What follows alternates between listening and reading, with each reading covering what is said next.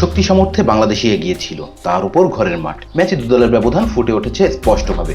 3 ম্যাচের টি-20 সিরিজের প্রথমটিতে নেদারল্যান্ডসের পক্ষে হেসে খুলে জয় তুলে নিয়েছে বাংলাদেশ। সিলেট আন্তর্জাতিক স্টেডিয়ামে বাংলাদেশ জিতেছে 8 উইকেটে। আগে ব্যাট করে 20 ওভারে 8 উইকেট হারিয়ে 136 রান তোলে নেদারল্যান্ডস। জবাবে 13 ওভার 3 বলে 2 উইকেট হারিয়ে 138 রান করে বাংলাদেশ।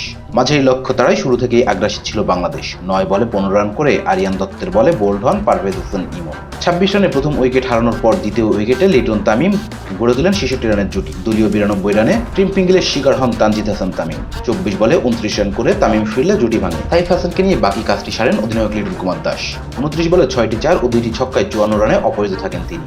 1টি 4 ও 3টি ছক্কায় সাইফ অপরাজিত থাকেন 19 বলে 36 রানে।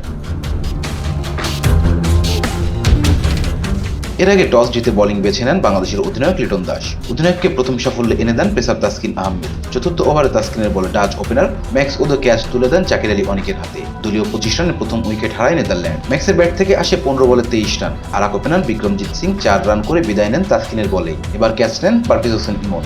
2 বছর পর দলে ফিরে জোড়া উইকেট দেখা পান সাইফ হাসান। ডাচ অধিনায়ক স্কট এডওয়ার্ডসকে জাকির আলীর ক্যাচ বানিয়ে সাজঘরে ফেরান। স্কটের ব্যাট থেকে আসে 12 রান। তেজা নিদামানো 26 রান করে সাইফের বলে তৌহিদ হৃদয়ের হাতে ক্যাচ দেন।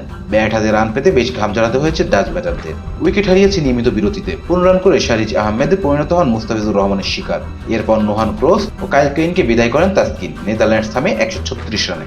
বাংলাদেশের পক্ষে 4 ওভারে 28 রান দিয়ে 4টি উইকেট নেন তাসকিন আহমেদ। সাইফ হাসান 2টি, মুস্তাফিজুর রহমান পান 1টি wicket. Rezan Islam, B sports.